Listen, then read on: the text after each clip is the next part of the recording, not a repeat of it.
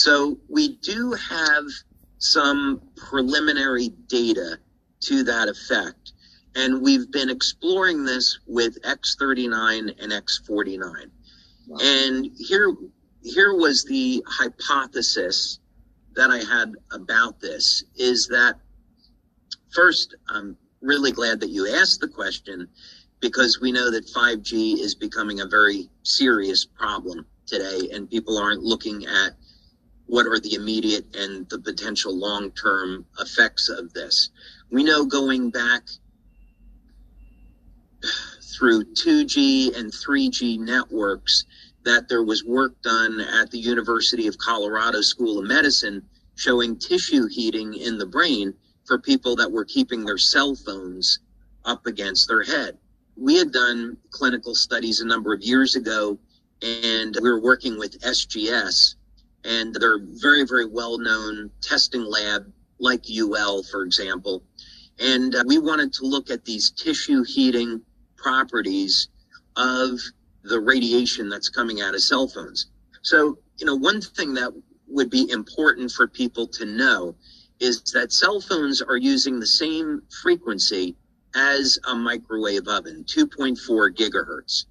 And the reason why a microwave is able to heat water or vegetables or whatever you put in there, which you shouldn't, is that it's causing the water molecules to rotate.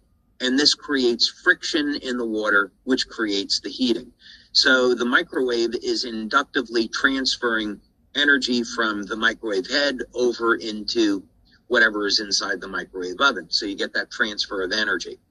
And it's really no different than with the human body.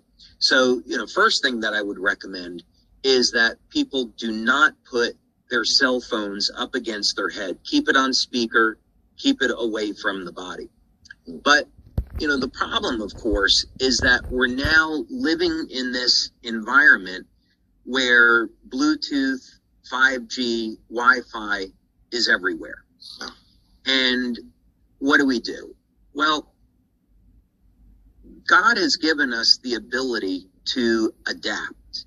And, human beings have been able to adapt to some pretty extraordinary things over the past, how many thousands of years, however long it's been, right?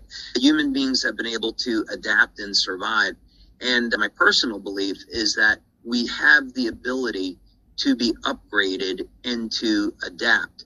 So how would we go about this?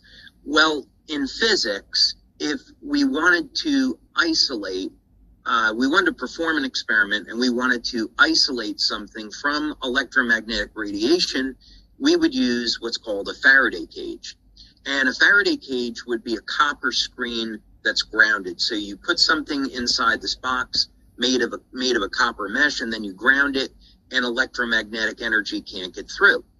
And so as I began to think about this, I thought, well, the skin is loaded with copper peptide, and it decreases with age. And there's actually two different forms of copper peptide that we work with, GHK and AHK. They're both found in the skin. They both have benefits for the skin, but they both have some extraordinary effects. They're related to one another. They're like a mother-daughter peptide relationship. One is very broad, one's a little bit more narrow.